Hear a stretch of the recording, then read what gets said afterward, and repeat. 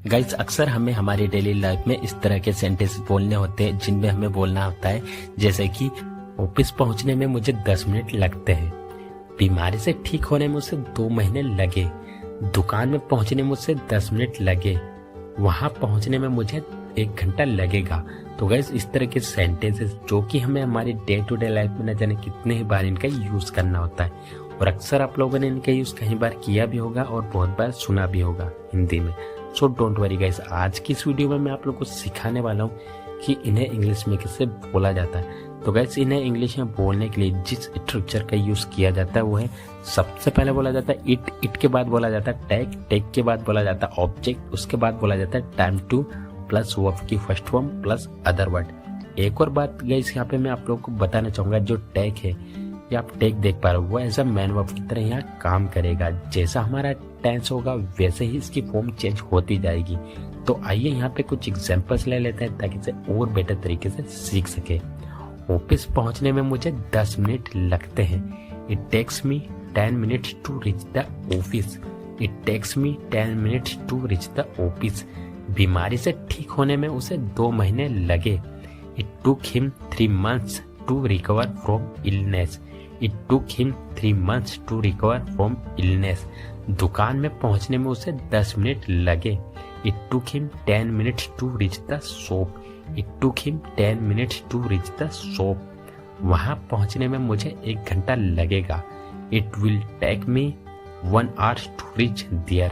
It will take me 1 hour to reach there. वह आज काम कर करके थक गई है। मैं तुम्हें समझा समझा कर थक गया हूँ। हम उसका इंतजार कर करके थक गए थे। वह पढ़ाई कर करके थक गया था। तो गैस, इस तरह के सेंटेंसेस जो कि हमें हमारी डे टू डे लाइफ में न जाने कितने ही बार इनका यूज करना होता है और अक्सर आप लोगों ने इनका यूज कई बार अपनी लाइफ में किया भी होगा और बहुत बार सुना भी होगा। सो डोंट वरी गाइस, आज की इस वीडियो में मैं आप लोगों को सिखाने वाला हूँ कि इन्हें इंग्लिश में कैसे बोला जाता है। तो गाइस, इन्हें इंग्लिश में बोलने के लिए जिस स्ट्रक्चर का यूज किया जाता है, सबसे पहले बोला जाता है सब्जेक्ट के बाद बोला जाता है हेल्पिंग वर्ब के बाद बोला जाता है टायर्ड ऑफ के बाद बोला जाता है वर्ब में आईएनजी प्लस अदर वर्ड अगर है तो चलिए गाइस, यहाँ पे कुछ एग्जांपल्स ले लेते हैं ताकि इसे और बेटर तरीके से सीख सके। वह आज काम कर करके थक गई है। She is tired of working today. मैं तुम्हें समझा समझा कर थक गया हूँ। I am tired of making you understand. I am tired of making you understand. हम उसका इंतजार कर करके थक गए थे।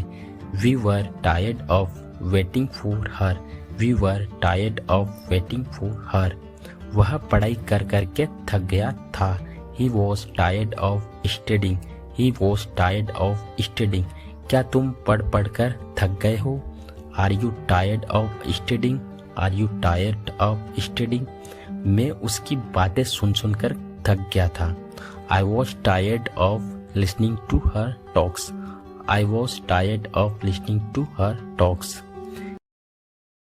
बच्चे बारी बारी से पोयम सुनाएंगे।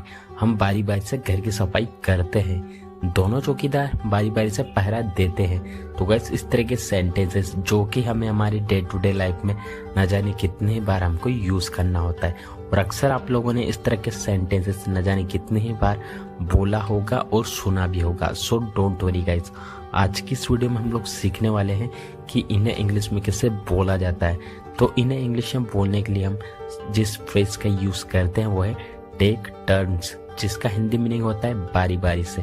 तो आइए इसको यूज करने का कंप्लीट रूल जान लेते हैं। तो सबसे पहले बोला जाता है सब्जेक्ट, उसके बाद में हेल्पिंग वर्ब के बाद बोला जाता है टेक टर्न्स, उसके बाद में वर्ब में आईएनजी।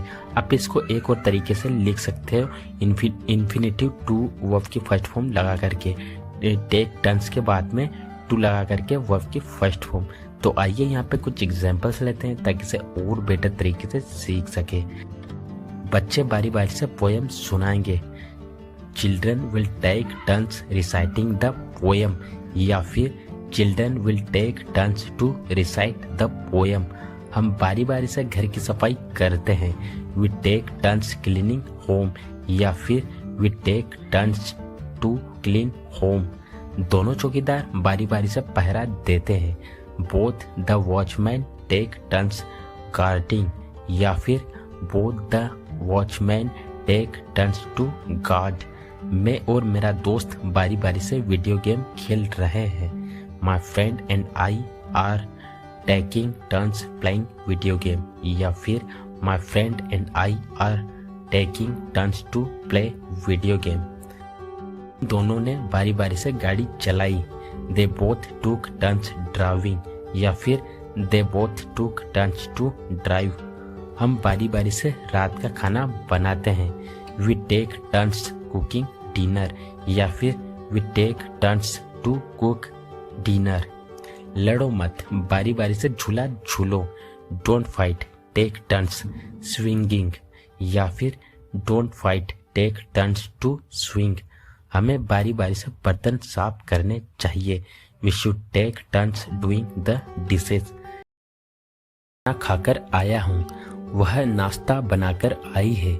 मैं चाय पीकर आया हूँ, वह मूवी देखकर आया है। तो गाइस, इस तरह के सेंटेंसेस जो कि हमें हमारी डेली लाइफ में बहुत बार इनका यूज़ करना होता है, और अक्सर आप लोगों ने इनका यूज़ हिंदी में किया भी होगा और बहुत बार सुना भी होगा।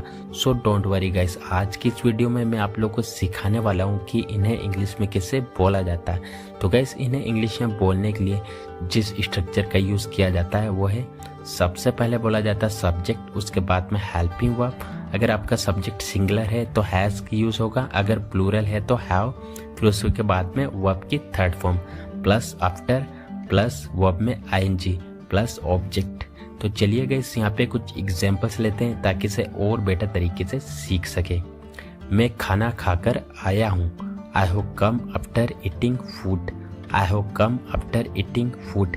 वह नाश्ता बनाकर आई है। She has come after making breakfast. She has come after making breakfast. मैं चाय पीकर आया हूँ। I have come after having T. I have come after having T. वह मूवी देखकर आया है अभी, मतलब कि वह अभी मूवी देखकर आया है। Now he has come after watching movies. Now he has come after watching movies. वह उसके दोस्त से मिलकर आया है। He has come after meeting his friend. He has come after meeting his friend. वह अभी नहाकर आया है। He has come after taking bath right now. He has come after taking bath right now. मैं कॉफ़ी पीकर आया हूँ। I have come after having coffee. I have come after having coffee. तो गाइस, आज की इस वीडियो में बस इतना ही। अगर आपको वीडियो अच्छा लगा है तो वीडियो को लाइक करें। अगर आप हमारे चैनल पर पहली बार आए हो तो वीडियो को लाइक और चैनल को सब्सक्राइब करना ना भूलें। मिलते हैं एक ऐसे शानदार वीडियो में। Till then take care and keep practising. Have a fun.